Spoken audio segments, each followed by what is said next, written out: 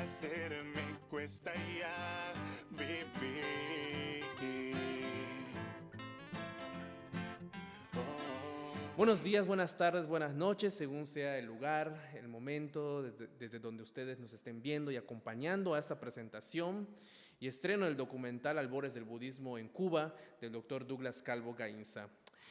En nombre de la Red Iberoamericana de Estudios del Budismo, de la Fundación Dharma Gaya y la revista Bodhisattva en español, les damos la más cordial bienvenida a este evento virtual de gran importancia para los estudios del budismo en América Latina y el Caribe. Por lo mismo, queremos agradecer en primera instancia al doctor Daniel Millet Gil, presidente y fundador de la Fundación Dharma Gaya, por hacer posible este encuentro.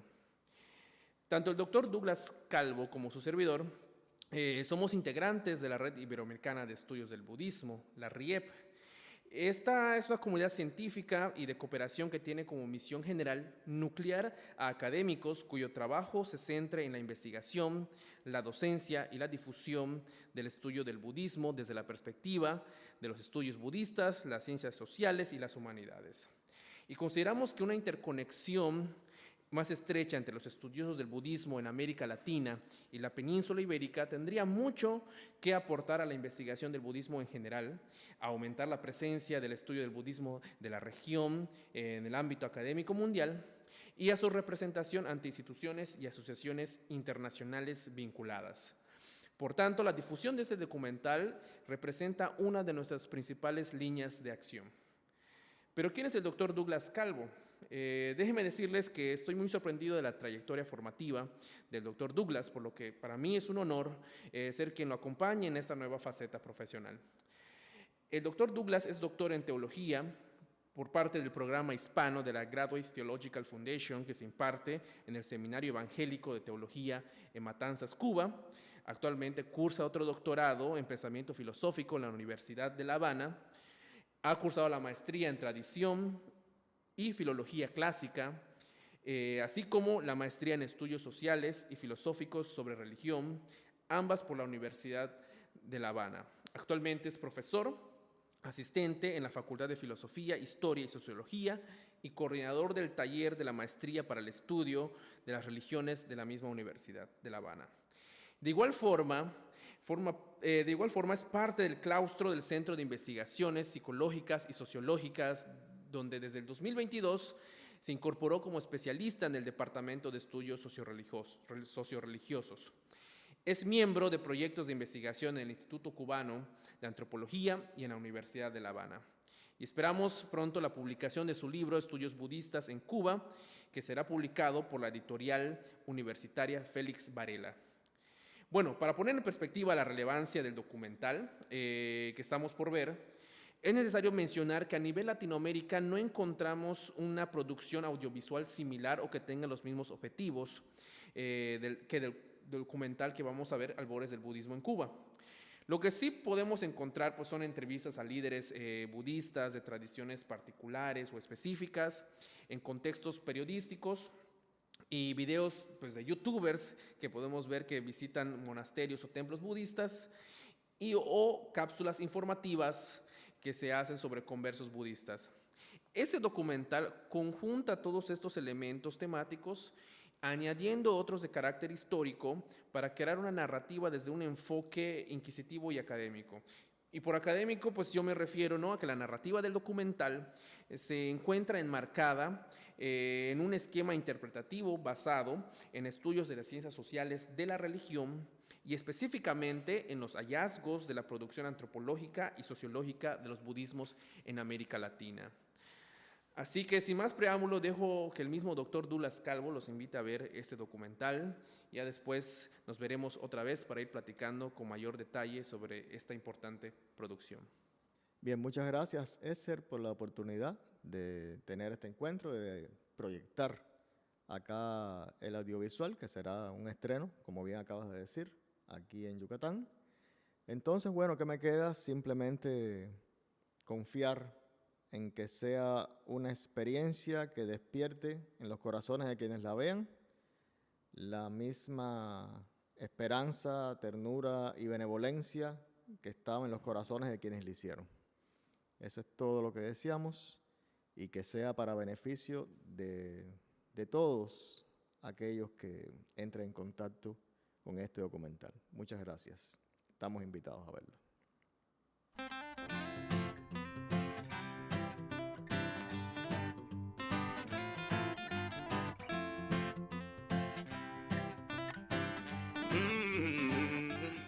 Pues ya estamos aquí de nuevo para conversar sobre algunos temas que me parecieron importantes plantearte, Douglas. Y bueno, al público que nos está acompañando, pues nada más les invitamos a que durante la conversación que vamos a tener ahorita con el doctor Douglas, pues pueden ir escribiendo sus preguntas en el chat de Zoom para que luego en la sección de preguntas podamos ir abordándolos. Así que con toda confianza pueden ir escribiendo sus preguntas conforme ahí les vaya surgiendo en ese transcurso de la investigación, bueno, de la conversación. Bueno, pero antes de comenzar, Douglas, me gustaría darte la bienvenida. Viajaste hasta aquí, Yucatán. Y no sobra decir que Cuba y Yucatán comparten muchas cosas, la verdad, muchos aspectos históricos, culturales, sociales. Mucha población cubana emigró aquí en Yucatán durante el siglo XIX, en gran parte no del exilio durante la independencia cubana y han dejado una enorme huella, al menos aquí en Yucatán, toda esta comunidad de Cuba en Yucatán. Y bueno, y también, ¿no? Población de yucateca que ha emigrado rumbo a Cuba. Y tenemos en la memoria, digamos, un episodio vergonzoso, ¿no? Hay que decirlo, ¿no? De tráfico de población maya hacia Cuba como esclavos. Entonces, esto a mediados del siglo XIX. Entonces hay muchas cosas que, tanto positivas, negativas, que, digamos, hermanan a Cuba y a Yucatán. Entonces, es un placer que el estreno de ese documental sobre Cuba sea desde aquí, desde Yucatán.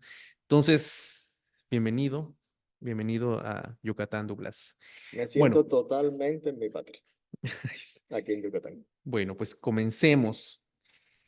En el documental bueno, pues se puede ver, ¿no? Que practicas en cierto modo budismo. Eres practicante budista, pero si no es así, puedes también precisarlo, corregirme esta impresión que tuve desde el documental.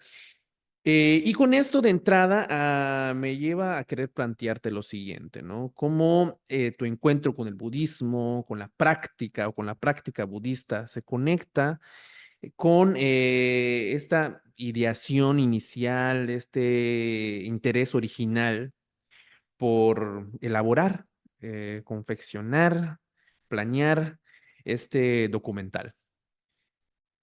Como bien dices, tengo un determinado grado de implicación en el budismo, aunque no exactamente, yo no me consideraría a mí mismo como una persona religiosa, no como un practicante de la religión budista como tal.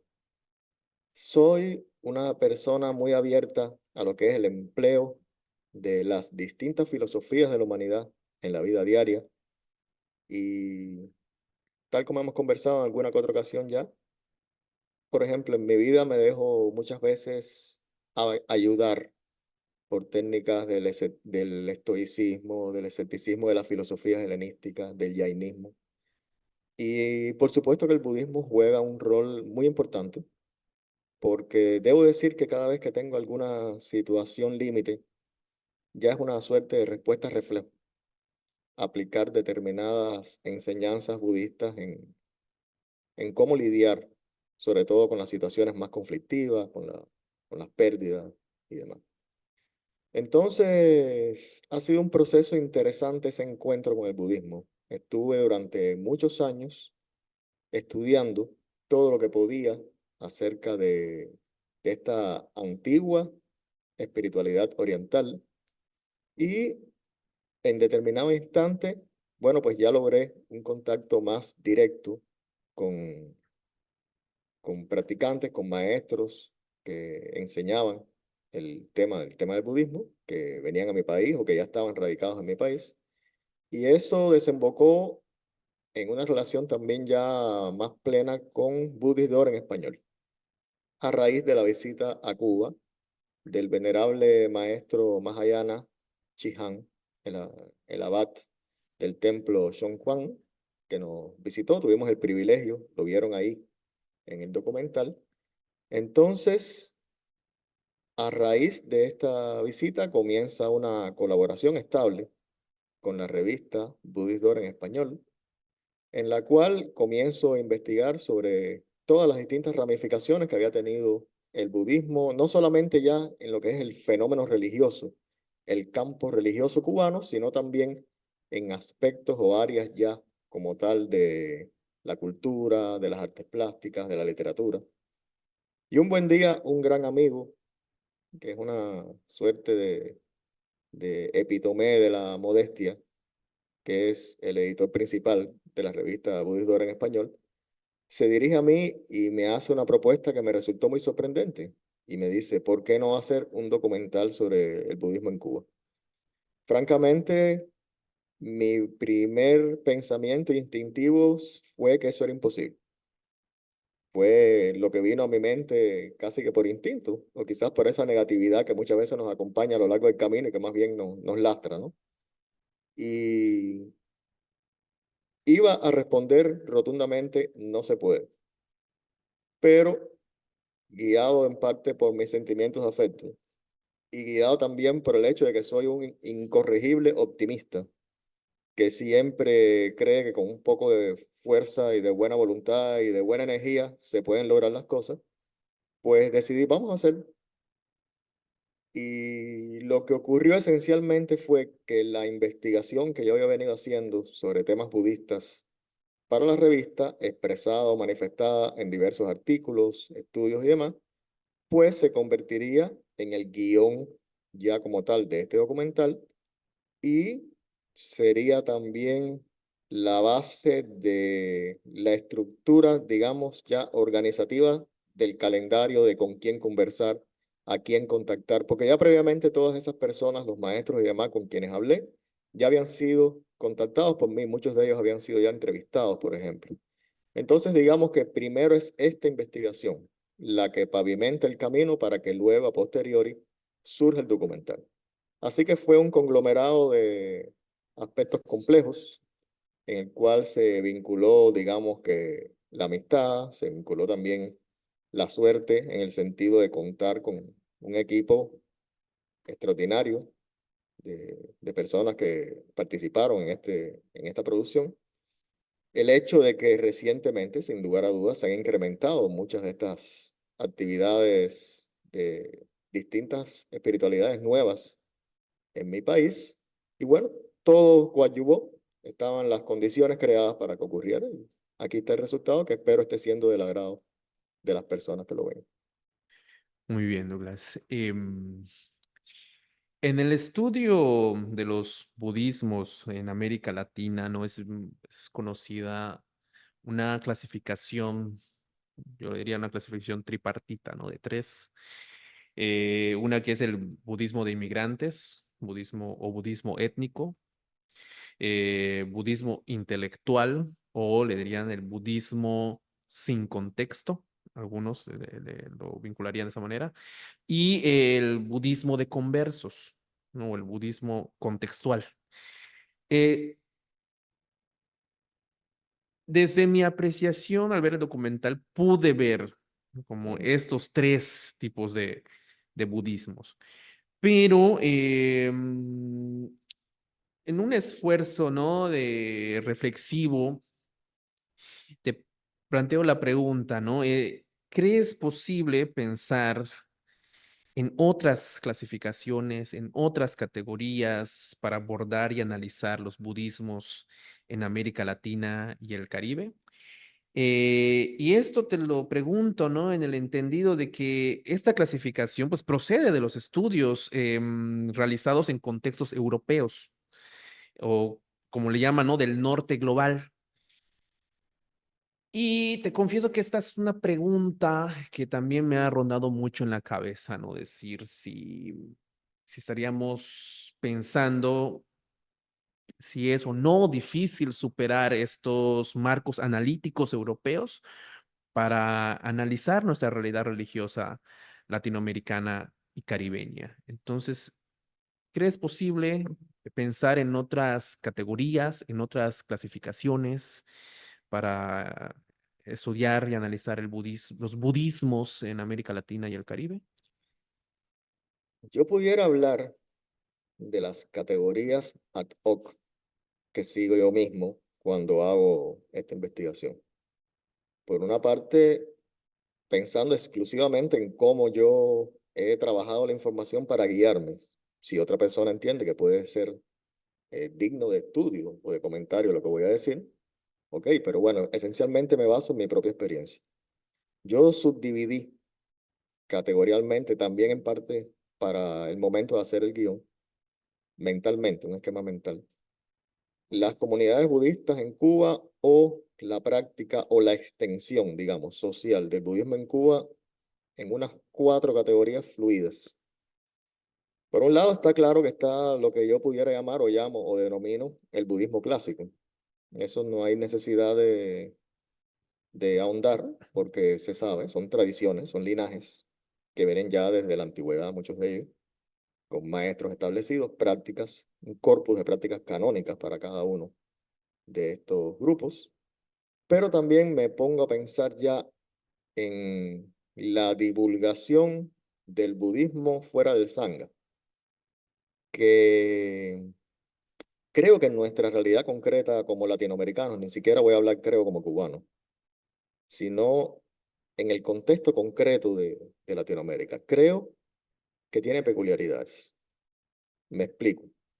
Por una parte, se podrá consignar o considerar como una influencia budista aquella, creo yo, entiendo, que nos llega por lo que yo suelo denominar un budismo institucional difuso. O sea, son organizaciones, este es lo primero, que son, estamos hablando de una transmisión por vía de alguna organización, que se dedican quizás al fomento de la salud, prácticas terapéuticas alternativas, programas de meditación, de mindfulness, en los cuales puede estar involucrado un elemento budista que no es el centro como tal del programa que trae a la sociedad esa organización, pero sin duda es funcional. Pongo un ejemplo cercano. Ahora en el mes de abril vamos a estrenar este mismo documental para un público amplio cubano en el marco del Encuentro Internacional de Meditación de La Habana, que está siendo organizado por la organización, OM Meditación. Esta organización no es budista, es una organización que se dedica como tal a, al crecimiento espiritual, individual, humano por muchas vías. Ahí se trabaja, bueno, el nombre lo dice, OM, meditación. Se trabaja, por ejemplo, yoga, distintas escuelas de hinduismo, muchas técnicas terapéuticas, técnicas de respiración. Pero sin embargo, vemos que en determinado momento habrá paneles sobre budismo, invitaciones a personas que practican el budismo, una proyección de un documental ya específico sobre el budismo. Entonces es una pregunta muy lógica. ¿No vamos a considerar esto como un canal de difusión del budismo en la sociedad? Yo entiendo que sí, pero por supuesto no es igual que una sangha. Ok. Pudiera hablar también cercano, pero no exactamente, de lo que yo denomino un budismo netamente sociocultural y académico que en parte reproduce esa clasificación que tú decías. Pero yo pienso ahora en muchas obras de arte que han salido, por ejemplo, en Cuba, me imagino que en México también, en otros países, que el tema es budista sin que necesariamente el artista lo sea, pero en ocasiones sí lo es. Sea que sea un practicante o sea que no lo es, pero se está inspirando en un motivo de la práctica o de la tradición o de la espiritualidad budista para transmitir un determinado mensaje. Un dato curioso, creo que la primera escultura del Buda que vi en mi vida, la vi muy jovencito, alguien que no necesariamente sería ni un practicante, esculpió en una roca, en un farallón que hay cuando uno va rumbo a la Facultad de Artes y Letras de la Universidad de La Habana, yo estaba estudiando en esa época ya, esculpió un Buda en una pared, un poco rústico, pero estaba interesante, era como una suerte de reproducción de los Budas de Ayanta, ¿no? En la India. Y cada vez que yo caminaba rumbo a la universidad, yo miraba a ese Buda y me sentía una sensación así interesante, ¿no? De como de quietud en medio de todo el ajetreo de la vida diaria. Mirar y ver esa escultura pública, un poco naif, el estilo artístico, pero me transmitía algo. Ahí tenemos una presencia budista, va y la persona simplemente estaba reproduciendo algo que dio en una clase de historia del arte, o es un artista investigando. Pero hay casos como, por ejemplo, en mi país, quizás la pintora más importante de la actualidad, o una de las más importantes, es budista tibetana y ha trabajado mucho en temas budistas en su obra, que es Saida del Río. Entonces, yo creo que entre lo que es lo puramente sociocultural y artístico, y por supuesto lo académico, eso está claro, hoy mismo está teniendo un evento de estas categorías, hay una penetración del budismo también en la sociedad que también está ocurriendo fuera del Sangha. Por último, quienes hayan visto el audiovisual se percatarán de cómo hay una presencia budista en lo que pudiéramos llamar una multirreligiosidad sincrónica. Quizás en otras latitudes, no sé, en el momento en que se hace esta clasificación que tú citabas, europea, puede haber una multirreligiosidad que sea más comprensible como diacrónica, ¿verdad? Es decir, una persona en un determinado momento practica una determinada religión, se convierte a otra, tal vez a otra, quizás empezó como practicante de regla de ocha, luego se convirtió al catolicismo, luego se convirtió al protestantismo, pero estamos hablando de una característica que creo que es más común en estas latitudes, en nuestro continente, que es la posibilidad de que un mismo ser humano tenga una multirreligiosidad en la cual varios sistemas religiosos concuerden, convivan, cohabiten en su mente y no hay como tal un conflicto entre esas presencias espirituales en su mente. Entonces, aquí vemos cómo un practicante, un sacerdote de la regla de Ocha tiene una presencia budista en su altar, en su ornato, pero también conozco personas que yo sé que junto con su práctica budista también tienen una práctica de esta otra espiritualidad. Entonces, es otra pregunta. ¿Es válido para referirse a la presencia del budismo en una sociedad obviar totalmente este tipo de casos? Yo pienso que si vamos a hacer una clasificación cerrada, en la cual el budismo es exclusivamente un budismo ortodoxo, limitado a una transmisión, pues esto puede obviarse, todo lo que he estado diciendo. Pero hay que tener en cuenta que estamos hablando de sociedades en las cuales la presencia budista es relativamente nueva, es un fenómeno en expansión, y todos aquellos indicadores que nos hablen, que nos indiquen, que nos muestren cómo este proceso está teniendo lugar, debemos tenerlos en cuenta. Así que al menos esta es la clasificación que yo personalmente utilizaría. Bueno. Es la mía. Bueno, yo creo que dejas mucho para que los que nos están viendo y escuchando, pues empecemos a ir discutiendo estas contribuciones desde de de nuestros propios contextos.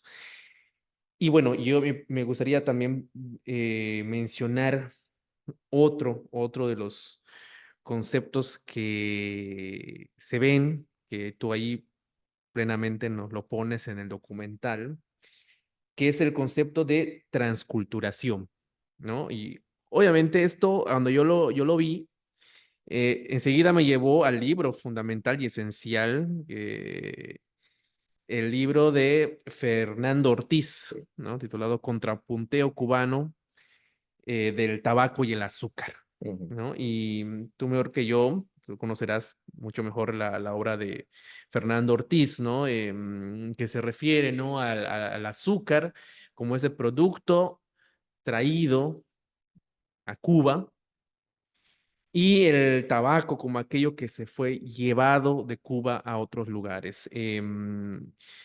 Bueno, y al hacer Fernando Ortiz, cuando hace esta analogía, porque obviamente es como una analogía, también hace como una metáfora, una analogía para también hablar, ¿no? Sobre préstamos, adaptaciones, ¿no? Este proceso que él definió como transculturación, ¿no? Y, digamos, cuando yo vi este concepto en el documental, pues me volví otra vez a leer el libro de Fernando Ortiz, para recordar cómo él planteaba esto del azúcar y del tabaco. Y me fue inevitable, ¿no? Así como la hace la analogía, pues hacerlo con el caso del budismo, decir, el budismo que viene de fuera, ¿no? Como ese azúcar que vino de fuera o que llegó de fuera en Cuba. Y también, pues bueno, cuando tú hablas de esos, de la migración después de la Revolución Cubana del 59, ¿no? Cuando salieron, donde salieron figuras, personas importantes, ¿no? O que llegaron a ser importantes en el estudio del budismo, pues bueno, como ese tabaco, ¿no? Esos Sí, integrantes como ese tabaco que fueron llevados y que también, ¿no? Que el tabaco dejó una huella en todo, en Oriente Medio, en África también, sí, en Europa, dejó el tabaco cubano, dejó una huella en las prácticas, las modificó sí, claro. también estas prácticas europeas y de Oriente Medio. Y siguiendo esta metáfora, digamos, bueno, ¿cuál crees que haya sido esa huella cubana afuera de Cuba, ¿no? Eh, respecto a los estudios del budismo? Es decir, ¿cuál podría ser esa influencia cubana de estos budólogos cubanos en la academia, eh, de la academia extracubana, digamos, Sí, fuera sí, de Cuba? entendí. Y déjame decirte que hago esta pregunta también, ¿no? Pues con el fin de incentivar, de provocar también, ¿no? La participación y preguntas de algunas de esas personas que nos estén escuchando, que seguramente estarán algunas personas importantes que tú has Mm. mencionado y referido en el documental. Entonces, bueno, ¿cuál es esa huella cubana en los estudios del budismo fuera de Cuba? La pregunta está muy interesante y no es tan sencilla de responder, realmente. Pero bueno, como dije al principio, soy una persona optimista, así que tengo esperanza de poder responder. No estoy suficientemente capacitado para Ujú, saber cómo, a un nivel académico, pueda haber aportado alguien en el tabaco de la transculturación, ¿no? Pero sí puedo hablar de lo que entiendo ha sido un aporte por vía de lo extra sanga, guión sanga, extra, ujú, guión sanga. Pensando en un individuo verdaderamente extraordinario, que fue Severo Sarduy, ahí se toca someramente su pensamiento, su presencia, su existencia. Un gran literato de de las joyas de la literatura cubana, que emigró en los 60, se radicó en Francia y allí tuvo una trayectoria tanto académica como también literaria más más que digna, fue verdaderamente asombrosa.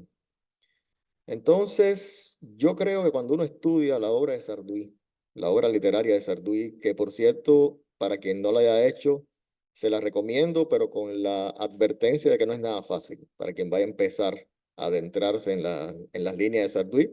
Yo le he hecho reiteradamente y creo que solo recientemente estoy empezando a comprender algo de lo que le está diciendo. Pero llama mucho la atención cómo él lleva en en su obra, en su literatura, una determinada peculiaridad del carácter cubano para definir las tramas al referirse, por ejemplo, concretamente ya al fenómeno budista. Él tiene más de una obra en la cual aparece el budismo muy bien. Por ejemplo, Cobra, Maitreya, Pájaros de la Playa.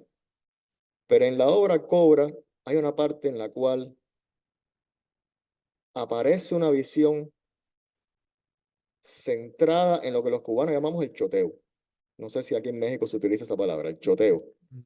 El ¿Qué es? choteo es ese reírse de todo, ese utilizar el buen humor sarcástico un poco a veces para enfrentar todas las situaciones de la vida que son tantas, ¿no? ¿no? Y ese buen humor que le sirve a uno como un factor de resiliencia, pero a la vez también que lo vuelve a uno un poco escéptico hacia determinados íconos que pueden ser tan, quizás a veces aparecer con una gloria majestática, pero que sin embargo a veces pueden ser gigantes con los pies de barro, ¿no? Mm, Entonces, Sarduy es muy curioso cómo él enfoca el encuentro de un grupo de personas que va a la India y de repente se encuentra con un gurú maravilloso que prácticamente es como una encarnación del Buda. Y todo lo que uno ve en esa entrevista, que no la voy a decir completa, pero para que quien se mm, interese se lea la obra, ¿no? Pero es algo irrisorio, es un total desmontaje de esa divinización del gurú que muchas veces puede ocurrir, ¿no? Y bueno, a ver, las personas, los expedicionarios que han ido a encontrarse con ese maestro, le hacen preguntas tales como cuál es el camino más rápido para encontrar la iluminación, cuál es la técnica respiratoria, y el hombre lo que les dice, no pienses en eso. Respuestas así muy vulgares que después uno las ve repetidas en un segundo encuentro que tienen otros personajes con una vidente de barrio, con mm, una persona que tira las cartas. Es decir, que al final un poco que queda toda esa imagen extraordinaria, o digamos un poco utópica y a veces hasta meliflua que tenemos los occidentales, el budismo como algo totalmente impoluto, mm, una perfección que nos ha llegado a este occidente oscurecido como la luz que viene de Asia.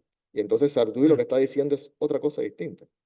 Sarduy lo que nos está diciendo ahí con su humor corrosivo y bastante implacable es que el budismo es un fenómeno humano, hecho por seres humanos y que da respuestas para seres humanos. Y que los seres humanos son iguales en Oriente y en Occidente. Tenemos las mismas vidas, las mismas problemáticas y las mismas luchas por vivir. Entonces, ¿cómo es que él lo logra? Con un temperamento muy criollo, muy cubano y muy interesante. Entonces, ahí yo diría que está un aporte transcultural de la cubanía a los estudios sobre budismo. Y bueno, de paso aprovecho para invitar a todo el mundo a que lea la obra de Sarduy y sé que cuando la lean por primera vez la volverán a leer una y otra vez para lograr cada vez una mejor comprensión. Porque al menos, bueno, al menos a mí así me ha ocurrido. Ah, mira, qué interesante.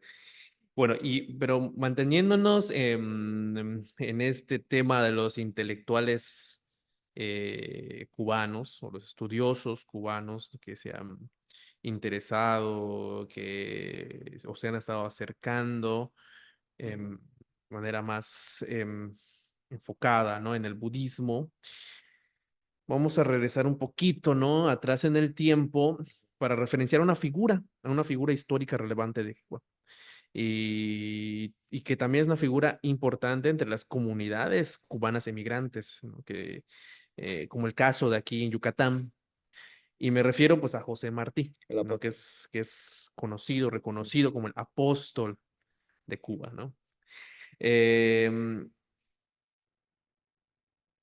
el investigador Girardo Rodríguez Plasencia, ¿no? Escribió un artículo del 2014, ¿no? Y habla sobre cómo la Soca Gakkai de Cuba, ¿no?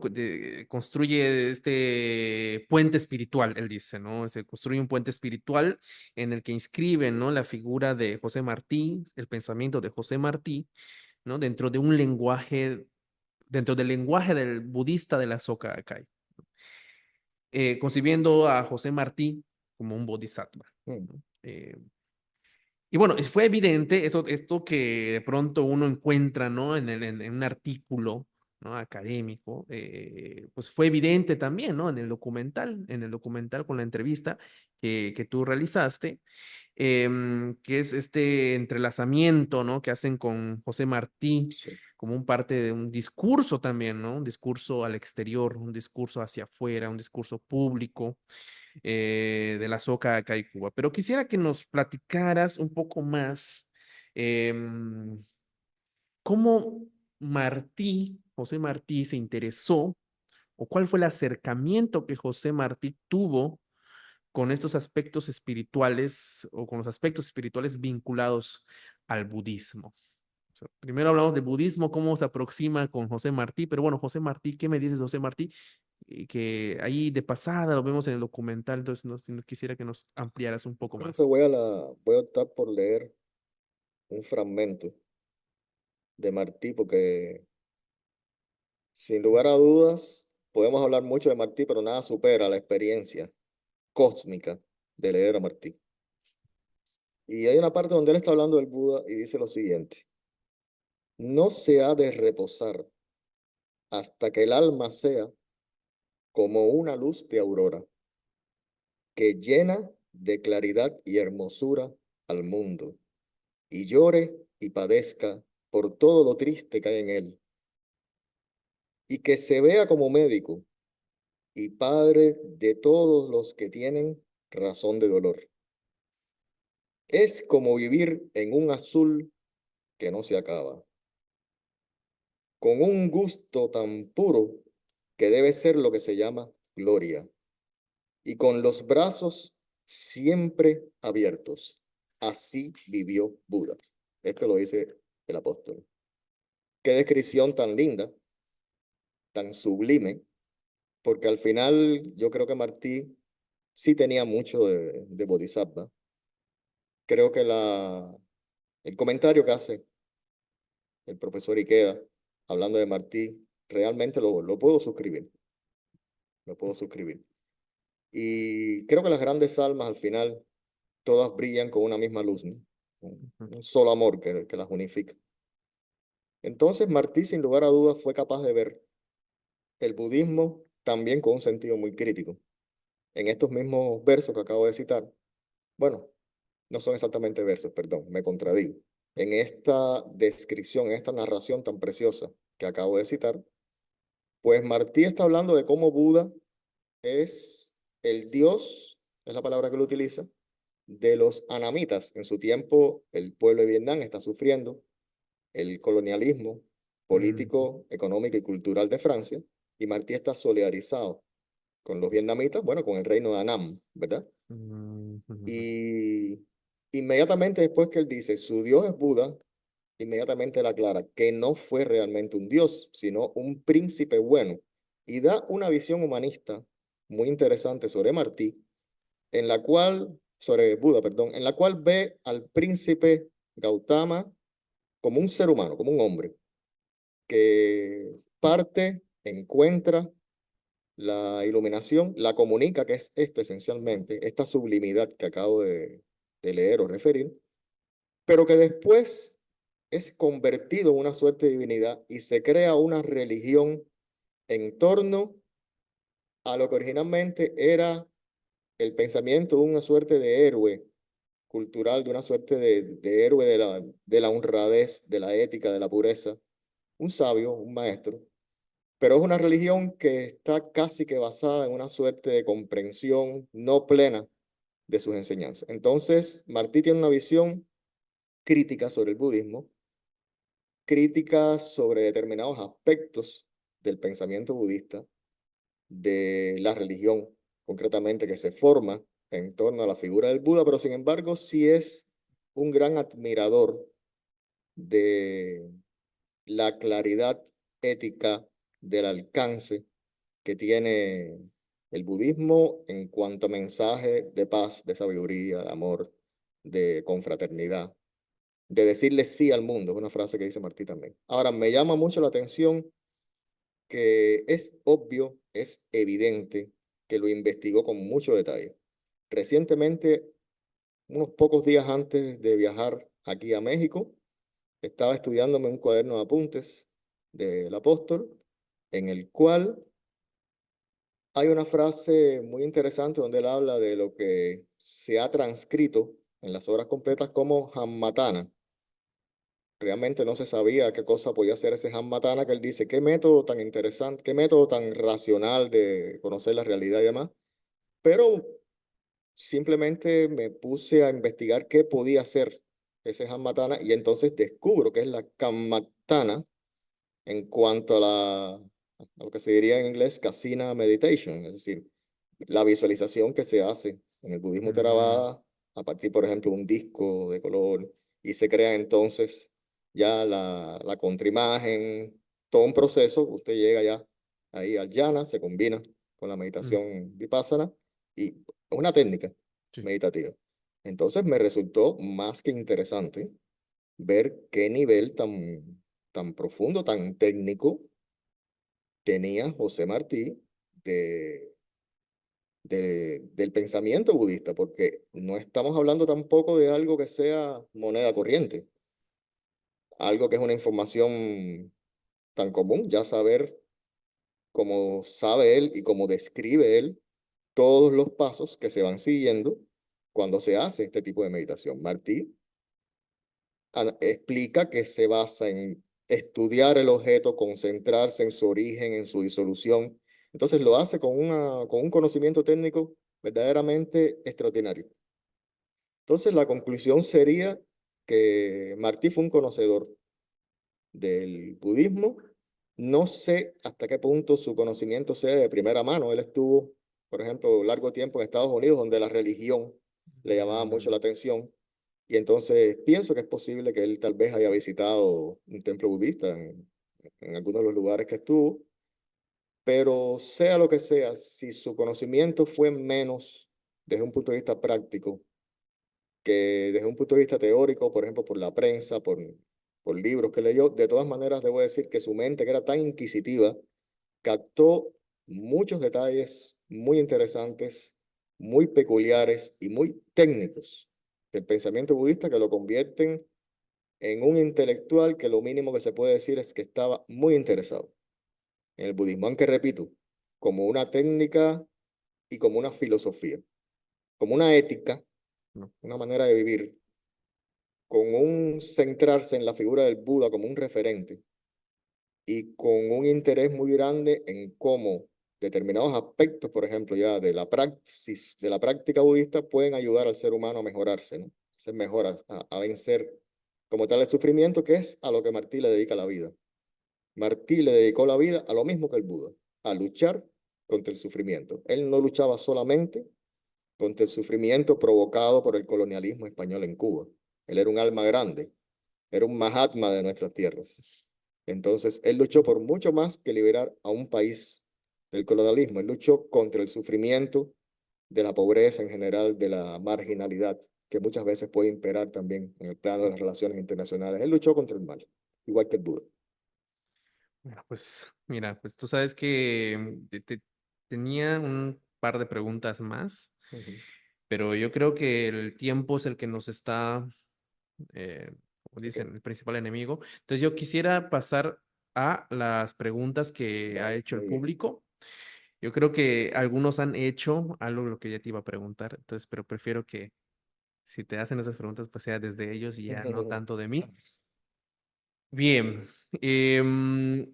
hay una pregunta de Gloria Puig. Pregunta, ¿el guión del documental fue previo o posterior a las grabaciones? El guión del documental fue previo a la grabación. ¿Podrías ampliar un poquito más esa? Yo hice dos guiones, uno macroestructural, que por supuesto nada más que contemplaba lo que yo iba a filmar y el orden en el que pretendía filmarlo. Por ejemplo, vamos a tratar de seguir una secuencia. En primer lugar, vamos a priorizar esta filmación. En segunda, que vamos a ir organizando cronológicamente las filmaciones en dependencia de, de la estructura, de la secuencia lógica que va a transmitir la historia, ¿no? Que es un poquito desde los comienzos históricos del budismo en Cuba hasta allá, hasta la actualidad.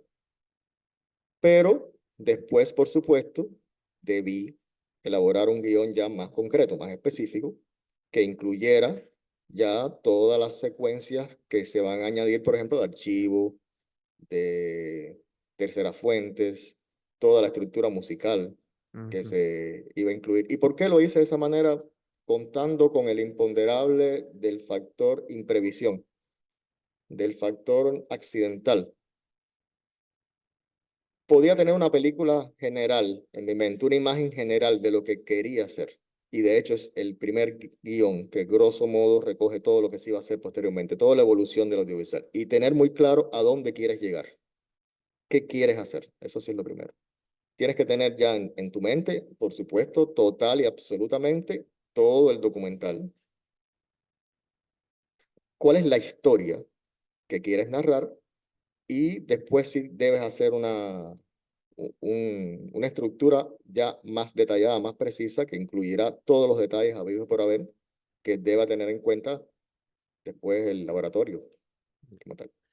Miren, tal vez esta pregunta de Munza Castella va también similar, pero dice, felicidades por este fantástico documental. Con el inmenso Gracias. apoyo de Daniel Millet de la Fundación Dharmagaya, estamos empezando a realizar un documental sobre el budismo en Cataluña. Y entonces la pregunta va, dice, ¿qué consejo nos podrías dar? Bueno, yo debo decir que quizás bueno, en primer lugar, eh, ya lo mismo que decía anteriormente, tener bien clara la, la historia que quiero narrar, ¿no? Es el punto, que va más allá de un tema en general, sino cómo quiero narrar ese tema en general. Yo desde el principio sí tenía bien claro qué es lo que quería hacer en cada punto, a dónde quería ir a filmar y demás. Pero a la vez tener la mente muy abierta para, para estas imprevisiones que pueden ocurrir y concretamente tener la capacidad de buscar siempre el punto medio entre dejar que los expertos con los cuales uno debe rodearse, sin lugar a dudas, te digan, esto es lo que se puede hacer, y a la vez saber empujar un poco, decir, bueno, esto es lo que se puede hacer, pero quisiera hacer más de lo que se puede hacer. Ser exigente pero flexible, ¿no? Y oír mucho, oír mucho. Yo me rodeé de un equipo técnico verdaderamente, bueno, ustedes vieron el resultado. Yo no puedo decir que ese resultado proviene de mi talento para el audiovisual, porque realmente lo que puedo decir que puse yo en ese audiovisual sería toda todo el conocimiento, digamos que académico, todo el tema del desarrollo de qué hay que hacer, los contactos, el quiero hacer esto, pero esa belleza que ustedes le vieron viene, por ejemplo, de mi editora, de la persona que nos regaló esa música tan linda que ustedes ven en documentales, es decir, rodearse de personas talentosas. Creo que eso es lo primario. Y ser capaz de oír, ¿no? De oír, pero manteniendo siempre el hilo conductor como directores, ¿verdad? Creo que eso sería ese punto medio, ese camino del medio. Muy bien. A ver, tenemos otra pregunta. Dice, ¿cuáles consideras que son los rasgos más distintivos que la cultura cubana le ha legado al budismo en el país, en Cuba? ¿Y cuáles piensa que son los desafíos principales que el budismo en Cuba tiene que afrontar? Pienso que el gran desafío es el tema de que, habiendo, como todo el mundo sabe, eso no es un misterio, una gran crisis social y económica en el país, los grupos religiosos padecen mucho el tema de esa sangría constante de personas que se les van. Por citar un ejemplo, yo estoy en un contacto estable con una sanga de Zen y yo veo como prácticamente toda la semana se les va un miembro, Ujú. emigra. Entonces es realmente muy difícil poder mantener, no estoy hablando ya de crecer, sino mantener estructuras, comunidades, con un fenómeno tan complicado como sería esa migración constante debido a las condiciones sociales y económicas que sabemos que están ocurriendo en el país. También hay que añadir que muchas veces estas comunidades se desarrollan, pero con un déficit enorme de recursos, de medios, por ejemplo, para desarrollarse, de literatura. Les es difícil encontrar, es muy difícil encontrar un lugar estable para uno poder tener reuniones y demás. Entonces, por ejemplo, fíjense que casi que la primera vez que se ha hablado de la posibilidad de que haya un templo budista en el país es ahora, a raíz de la visita del venerable Bhikkhu Mijita a La Habana. Por primera vez se habló de, de la posibilidad de tener un templo futuro. Es decir, que en este momento lo único que se ha logrado hacer es el templo que tienen los hermanos del Zen. Pero es casi que una irregularidad en la norma que es practicantes buscando desesperadamente un lugar donde tener comunidades, encuentros regulares de meditación, no es lo común. Por suerte, estos amigos son muy abiertos, muy buenos. Ellos siempre están dispuestos a prestar sus instalaciones, lo he comprobado. Pero sí hay muchas deficiencias, por ejemplo, ya desde el punto de vista logístico. Es abrumador y claro, problemas que ellos participan de lo mismo que participa todo el resto de la población que está atravesando ahora este proceso complejo. En cuanto a aportación del carácter cubano, bueno, yo creo que nosotros los cubanos, por esencia, somos un pueblo muy resiliente. Y creo que en ese sentido, los budistas cubanos están en su elemento. Porque el budismo también es una filosofía de vida que te enseña a cultivar la resistencia a la adversidad, al dolor, al sufrimiento, y a ser un vencedor o una vencedora. Por tanto, pienso que ahí hay una fusión entre esta peculiaridad nuestra de ser un pueblo con capacidad de sobreponerse y este bello mensaje del Buda que está diseñado para eso, para que seas verdaderamente un vencedor o una vencedora sobre las adversidades. Pues mira, yo creo que esta pregunta que sigue de Eduardo Freire Mm. viene bien ahorita en estos momentos, porque por lo que estás platicando ahorita y por lo que también te pregunté hace un momento. Dice él, la categoría de transculturación, muy recurrida en los estudios etnográficos, ¿no resultaría problemática para dar cuenta del aplatanamiento del budismo en Cuba? Dice, la misma pregunta vale para la categoría de sincretismo.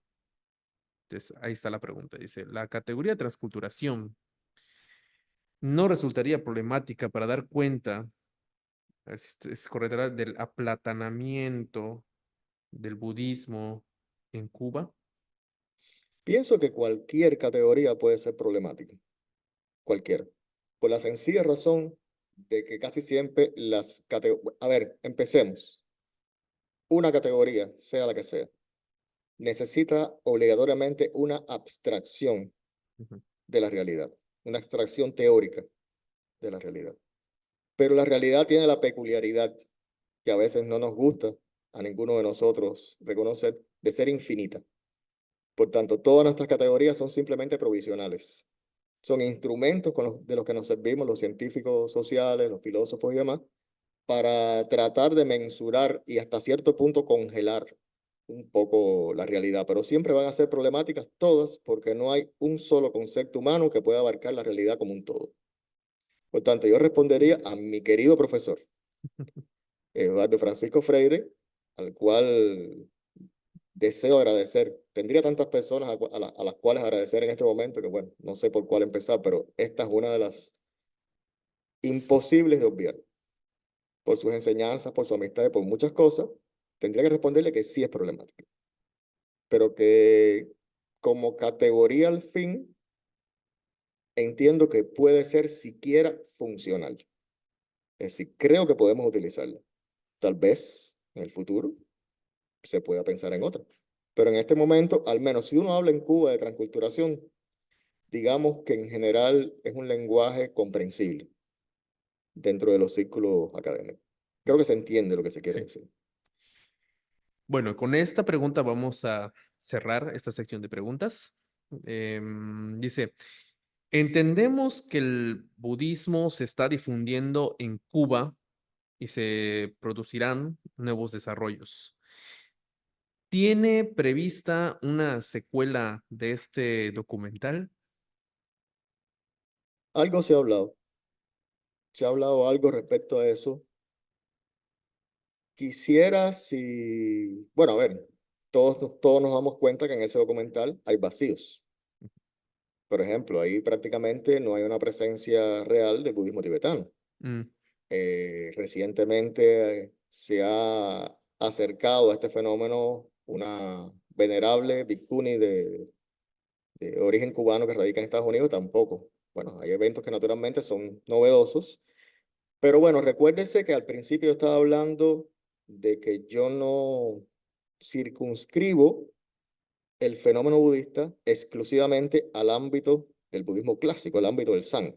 Ujú. Creo que en nuestras condiciones concretas, en la peculiaridad de un continente con otro sustrato religioso, sociocultural y demás, sí hay que tener en cuenta indicadores que a lo mejor en otras latitudes no harían falta. Por ejemplo, a nadie se le ocurriría medir la influencia o la penetración del catolicismo por los cuadros del Museo del Prado en España, porque eso es más que evidente. Pero sin embargo, no es lo mismo el caso del budismo.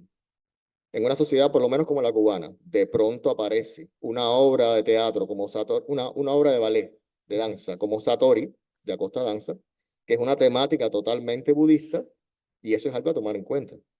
¿Cómo ha logrado penetrar el budismo en este entorno? Entonces, sí, es muy posible, creo que está esa posibilidad.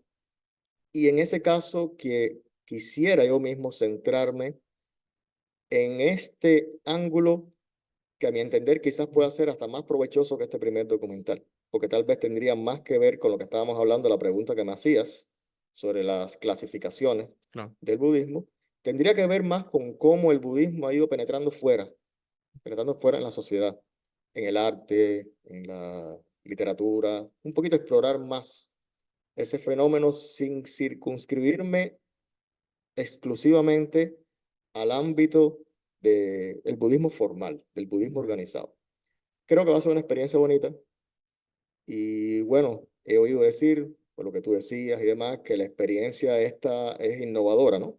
Sí. Está un poco que sentando determinadas pautas. Bueno, creo que en ese sentido tal vez pudiera concebirse que si se cristaliza ese nuevo proyecto, también pueda sentar una pauta sobre cómo valorar más objetivamente en nuestro contexto iberoamericano una presencia budista que no necesariamente nos la van a dar los números. Hay en tal país 3.000 budistas. Sí, puede ser que haya 3.000 budistas y sea una minoría Ujú. insignificante en comparación, digamos, con las grandes iglesias, con otras religiones que tienen más presencia, pero hasta qué punto esa minoría está logrando penetrar en el cine, en la literatura, Ya. en la danza, en la pedagogía, en el lenguaje ya cotidiano, en muchos elementos, en los cuales puede ser una comunidad pequeña pero muy influyente, Claro. como por ejemplo el jainismo en la India, que es pequeña pero no se puede negar. La influencia enorme, hasta la famosa parábola de los ciegos y el elefante, una de las posibles fuentes. Ujú. Sería el pensamiento jaina y siempre ha sido una comunidad minoritaria en la India, que Martí la recoge, por cierto. Entonces, si se hace la secuela, al menos yo pienso enfocarme en ese sentido y creo que estará mucho más a tono con este realismo iberoamericano que Ya. estamos planteando. Sí, yo creo que todo un fenómeno religioso sí va empezando, ¿no? Aunque a pesar de que es una minoría demográficamente hablando, la influencia y es, o sea, cubre otros ámbitos. Pero bueno, entonces yo creo que quedan muchas cosas pendientes, queda mucho por platicar, pero yo creo que ya podemos ir cerrando esto y con esta última pregunta que me pareció muy importante que nos dejas así como en suspenso, ¿no? Algunos spoilers de lo que viene. Y con eso damos fin a esta presentación del documental y a esta conversación que tuvimos con el doctor Douglas Calvo Gainza, agradeciéndoles de nuevo a todos ustedes por su presencia virtual. Y les anticipamos también que este 15 de abril tendremos la presentación del primer volumen del libro de estudios budistas en América Latina y España, que posteriormente, pues en las redes sociales de Bodhisattva en español, pues iremos compartiendo más detalles sobre esta presentación del libro, donde también el doctor Douglas Calvo tiene un capítulo del libro sobre el budismo en Cuba y muchos autores que pertenecen a la Red Iberoamericana de Estudios del Budismo. Y también, bueno, por último, también no quisiera dejar pasar, ¿no? Agradecer al Hotel Holiday Inn Express Mérida Centro por facilitarnos este espacio. Muchas gracias a todos. Muchas gracias, doctor Douglas Gracias a Calvo. ustedes. Muchas gracias también a los técnicos que nos están ayudando también a lograr esta transmisión. Nos vemos pronto. hasta que al fin